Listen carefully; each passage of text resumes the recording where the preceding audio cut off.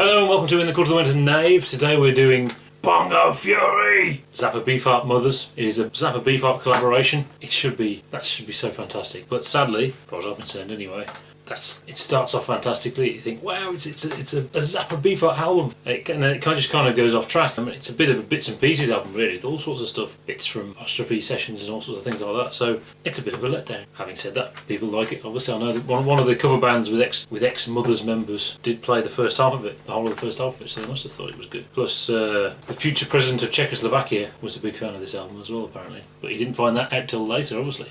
Or on that much later. I find Beefheart's contributions on this probably better than Zappa's contributions are controversial. It does seem strange that at a time when he was so prolific and making such fantastic music, that's the previous album, that it feels like he didn't have many ideas. This was the time of the end of the famous court case he had with the Albert Hall, where back in the Flo and Eddie days they'd actually been booked to play there, and the Albert Hall had actually cancelled the concert because they felt it was obscene and disgusting, and Frank had tried to take them to court. It was around this time that the court case was, and it was a bit of a farce. The outcome of the court case was really, yes, you should have been allowed to play there, but we're not going to let you anyway, because the Albert Hall had to win, and that was the way it was going. So he may have been distracted by that, he may also have been down with the result of that, which may not have helped. The other thing is, in September of '75, which is not long after this stuff, he did get back together with various members of the Wazoo Orchestra, and I think maybe some people who were on Lumpy Gravy Orchestra. I won't try and pronounce what the orchestra's called, along with Terry Bozzio and people like that. Is it Bozzio? I don't know. To record some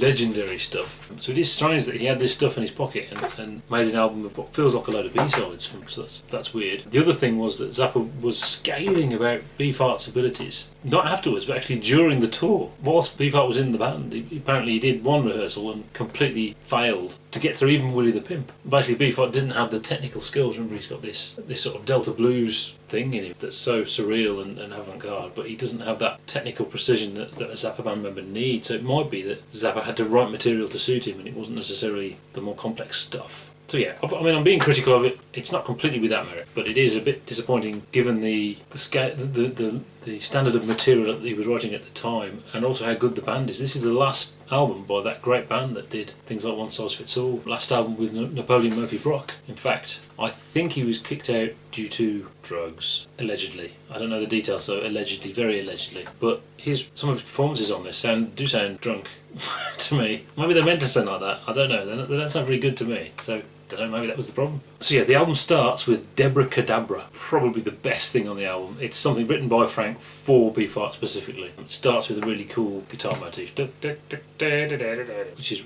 just a great song, and also some really great noisy horns as well. That's what you need noisy horns. There's nothing better than that. The second track though, Carolina Hardcore Ecstasy, it's a bit of a forgettable track. It's okay, it's alright, it's a bit generic, nothing really to talk about. Sam with the showing Scalp flat top, and this is some of Beefheart's stream of consciousness stuff, and thus is excellent. Lots of fun. Pufter's Froth, Wyoming plans ahead. Sounds to me like a jam in the middle of Debra Kadabra, I think. I think it's been cut out of there because Frank actually references the riff a little bit during it, and I suspect that's what it is. They mess around a bit, and then it turns into Louie Louie, with Beefheart shouting Bongo Fury a lot, over and over the riff to Louie Louie. Great. But, well, you know, Louie Louie is part of conceptual continuity, so, well, whatever, you know. But then we go on to 200 Years Old. 200 Years Old, I think it's because the US was 200 years old that year, and it's a cynical song about the commercialisation of it, or the predicted commercialisation of it. It's a bit meh.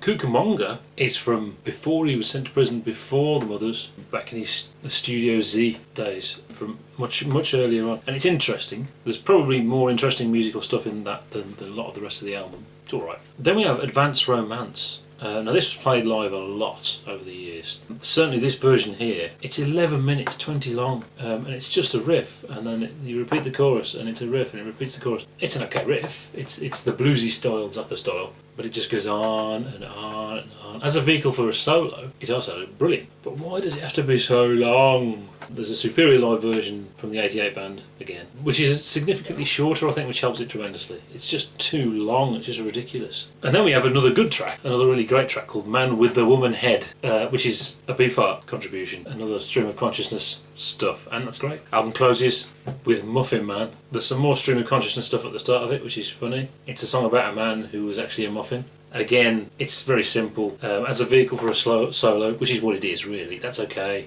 But other than that, it's just really silly. So yeah, Bongo Fury, bit of a mishmash. I don't think it's a great album really, but certainly worth a listen to the good bits and for the fact that it's Zappa and Bebop together. See you next time.